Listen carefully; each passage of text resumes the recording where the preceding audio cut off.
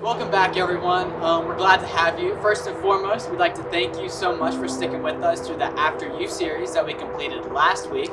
And if you have yet to go see all of those, or you missed the last one, do not hesitate to go back and check them out. It was a lot of fun. We really think we learned a lot, and I hope you guys got something out of it. And for our new series, we are going through the cycle of sin, mainly in Judges. So to start it off, we want to show you a little skit which describes a cycle.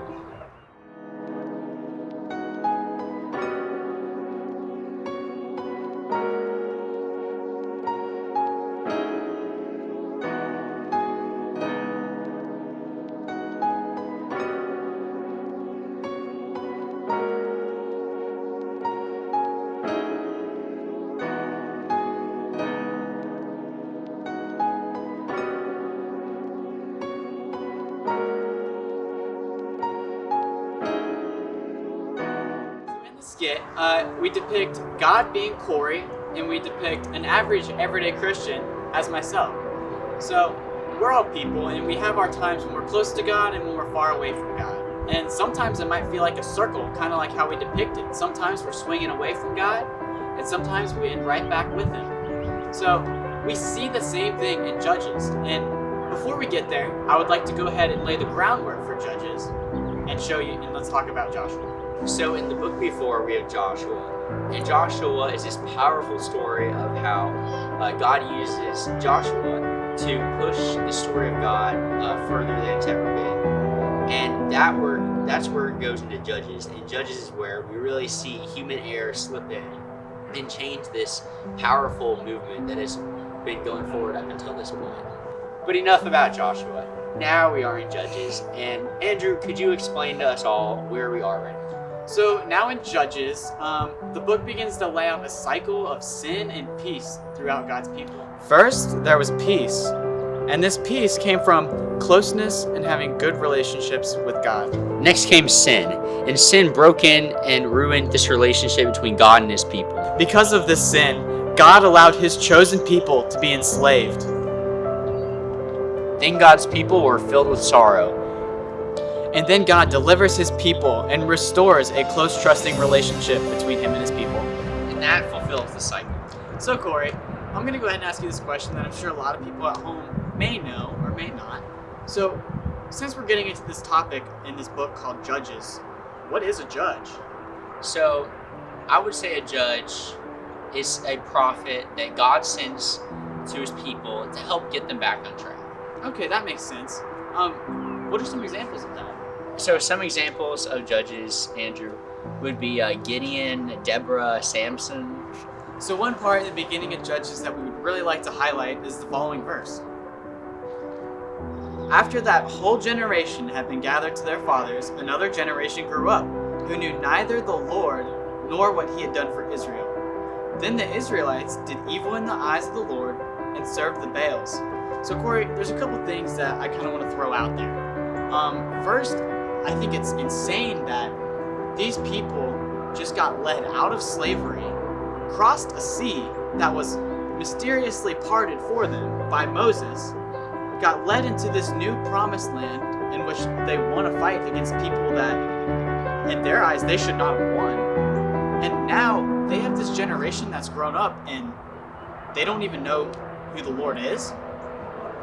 And I really think the reason for that is that nowadays we have the Bible, we have ways to see God's power, but back then they didn't have a text like that. They used oral storytelling and traditions and worship to continue that legacy of God. And without that, they were just kind of oblivious. And when we don't have God as our main focus in life, all the other seemingly powerful things always want to take that place. At least for my life personally, when I lose the focus, it's like that. Yeah, and I think that's a great example.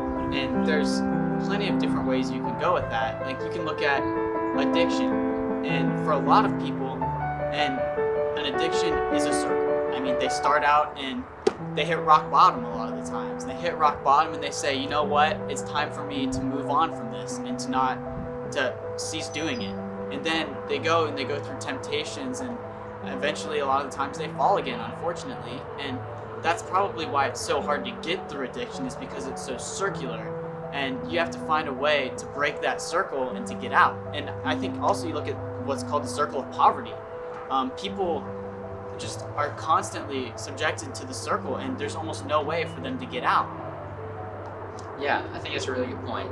Can I ask you personally, what are the seasons of life where you tend to lose focus on God?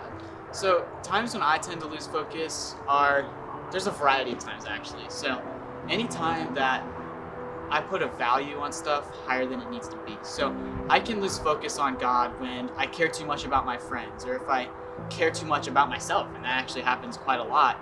And other times when I don't value him enough. How about you, Corey? Yeah, I really related with what you said, because a lot of times I'll become very interested in a hobby or something that I'm devoting my life to, and I'm spending a lot more time in that than I am with God. And because of this, it becomes my number one focus, and God kind of takes that back burner. Yeah, and I think a great measurement of that is prayer. I mean, like, we have so much time alone in times where we have opportunities for prayer, but sometimes, like, you don't even think about it. You're just sitting there listening to your music, you know? And I think that's a great way to measure your focus on God and how intentional you are about growing in a relationship with Him. And I think, just to bring it all back, that's what this generation was experiencing. They lost their focus because it was one of these seasons, and because of that, this cycle restarted. In conclusion to our introductory video to Judges and this whole new segment that we're going to be doing for you guys, we've got a couple questions that we're just going to leave for you guys to think of. So, Corey, you want to ask the first one? Yeah, so the first one to think about this week is, what are those moments where you lose focus, and what causes that? And then our second question is going to be a follow-up to that.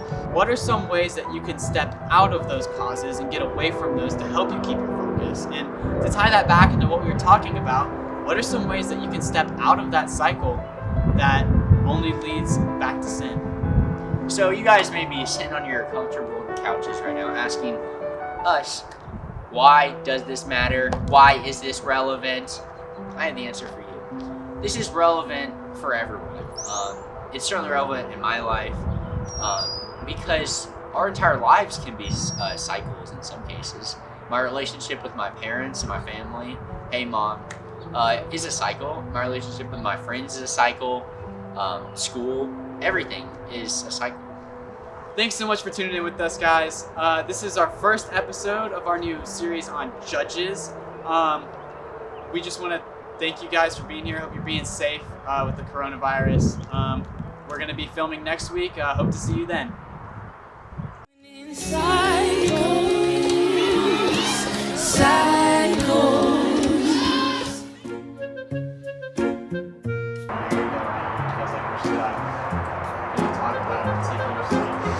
what do we want our scene to look like? Corey, you're likely the only student I know that could name all of the judges from memory. Why don't you give it a try? Othniel, Ehud, Shamgar, Deborah, Othniel, Ehud, Shamgar, Deborah, Gideon, Tola, J.R., Jephthah, Isban, Elon, Abdon, Samson, and last of all was Samson, but not really. Cause I'm high as a kite.